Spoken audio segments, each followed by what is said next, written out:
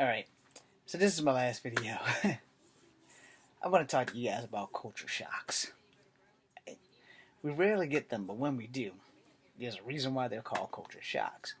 The biggest shock to me was finding out that Native Americans were Asian.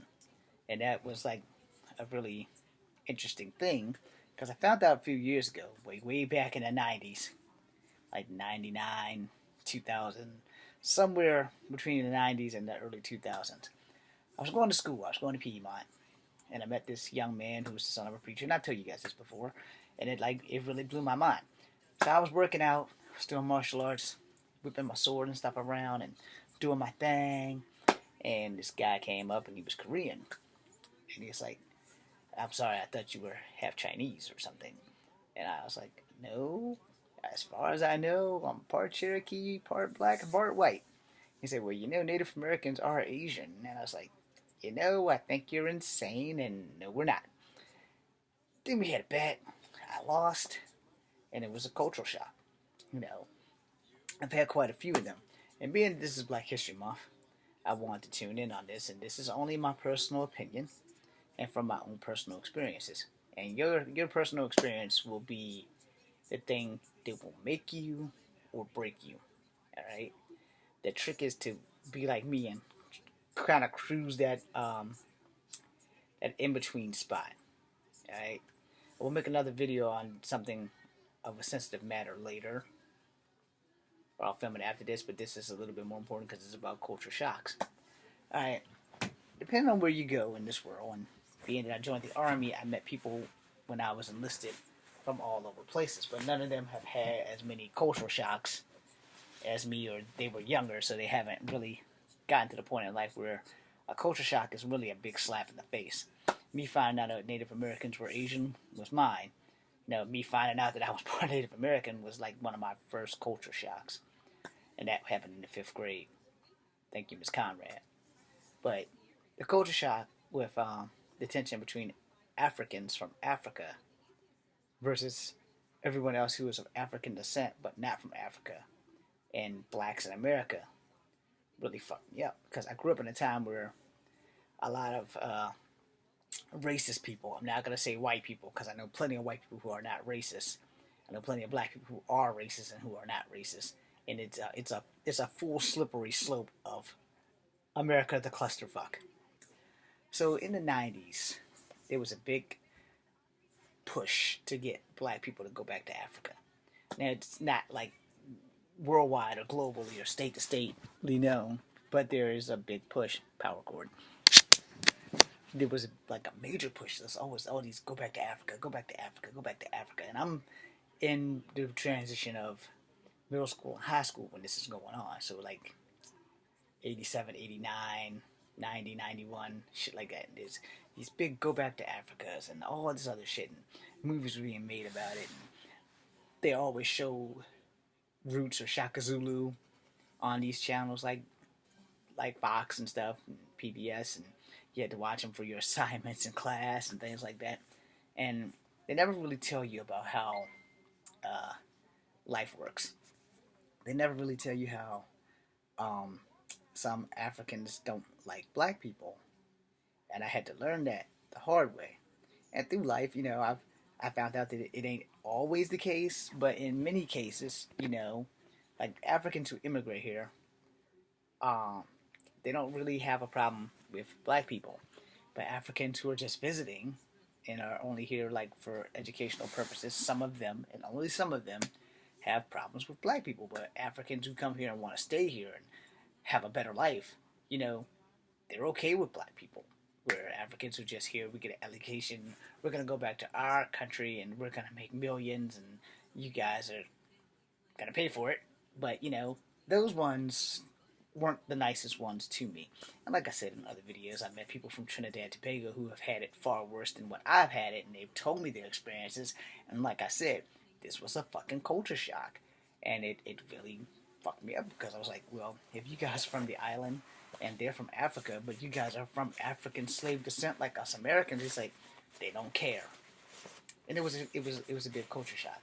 And the thing with that was, I haven't had too many culture shocks in my own country from people in my own country, I had one Native American culture shock when I got to arguing with a tribe that was in the wheelchair basketball team from some other state. That was a bit of a culture shock because that's when the half-breed theory started playing effect on my life, where it's like, well, you're not really one of us, you're a half-breed, so blah, blah, blah.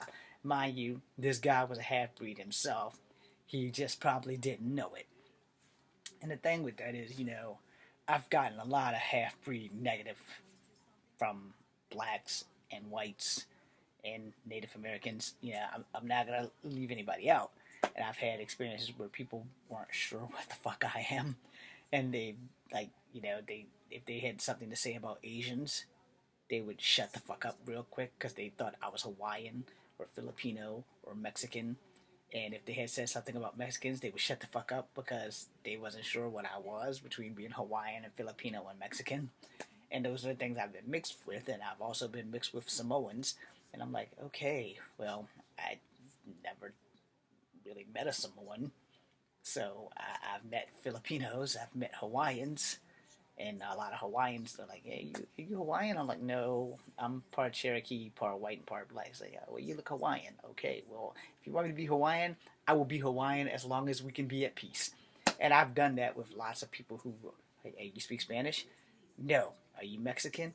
I am today. It's like, you're not Mexican? I was like, no, I'm not Mexican. I don't speak Spanish. One of my teachers, when I first started going to Piedmont, she assumed that I was Mexican. And what people don't understand is Mexicans technically, they're Native Americans too. Because all Native American tribes originated from Asia and splintered off. So Eskimos are Asian as well. And you can look at their faces and tell. And if you can't tell, well, then get your ass some glasses and stuff like that. Now, I'm sorry, my nose is running. The weather keeps shifting here in Charlottesville. It's raining right now. So it's not common for me to not have a runny nose. I have sinuses. So, if I could find a place where it either rained all the time or not at all, but never got cold, I'd be in paradise. Anyway, so with culture shocks, culture shocks really, literally do shock you. Not like electric kind of shock, but, because you're like, wow, I never knew that. And the thing was, all right, when I found out that Native Americans were Asian, the thing that fucked me up with that was that, I didn't even know I was a Native American until I was like in the 5th grade. I was like, no. Had Miss Conrad not parked that out or pointed that out, I would have never fucking known. Never. And I would have wanted to dig into my ancestral. And then I started having flashbacks, and I got to thinking, so that's why Grandma Ada looked different. Because when you're a kid, you don't see the damn difference. You really don't. I mean, you have to grow into it. And like I tell people, racism and prejudice is taught. It's not something you're born with. It is taught to you. And that's also a culture shock for those who don't know. If you're not from America, then you should know that, for the most part, racism and prejudice is taught. You're not born a racist. You're not born prejudiced. It's taught to you. It's embedded in your head, and then for some odd, asinine reason, your moral compass gets fucked up, and you believe it. Moving on, because I don't have the right to be a racist. So moving on, my cultural shock of learning how Africans didn't like black people, and I learned it from personal experience, and it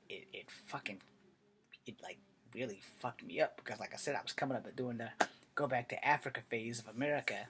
So like from like 80, let's go from 86 to about 95, like from middle school to high school, because I started college between 95 and 96.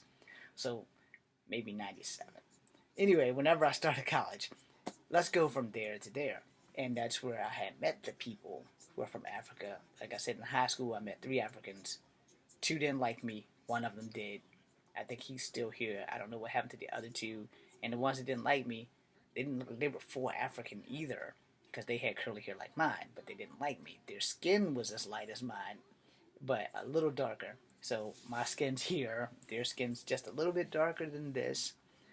And I'm like, okay. And they're like, you'll never survive in Africa. And I was like, okay. I have no intention of going back to Africa, because most of my roots are right fucking smack here. I literally, because I'm part Cherokee, part black, and part white, I have no right to be a racist, but literally, my roots are basically right here. And I can do the DNA thing if I had the money and find out how much African I have. But for the most part, the majority, my father's father was African, well, black, possibly from like Aborigine tribe, according to my dad before he passed. But I don't really know. I didn't look into any of that shit. I was just worried about my dad. My dad looked all black, but his mom was Native American. Her mom was Native American. They come from the Powell Height Reservation. I probably didn't say that right, but anyway, still trying to figure out how to get in touch with those guys so I can see about trying to find my family roots. Now, as far as my grandmother on my mother's side, she's Native American. Her husband, my grandfather, was half black, half white. So you understand where that's going with that? But my grandmother was also adopted by a black lady. So she was raised black. So we don't really know too much about her history outside of supposedly her parents were like trying to kill her or some shit. I don't really know how it worked. I don't really care. But anyway, it doesn't affect me directly. It only affects me indirectly. Now, as far as the culture shock of people just not liking you from another country because you're not from their country, it totally blew my mind.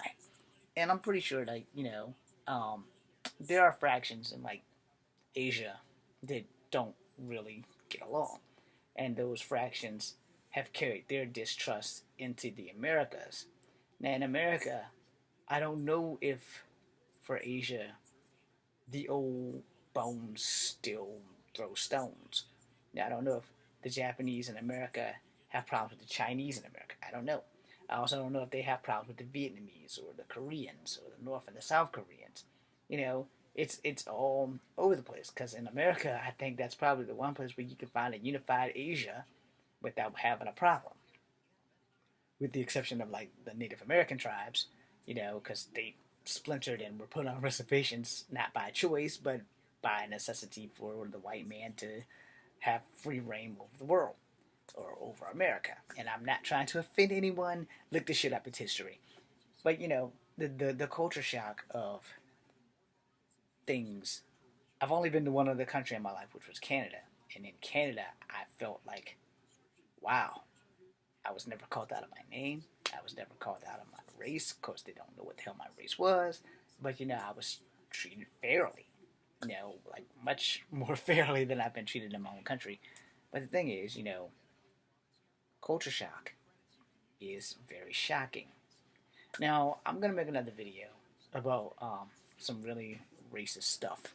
And if you want to tune into that, that's fine. If you don't, I don't say I blame you, because I hate reliving it and telling the stories. But I'm going to do that.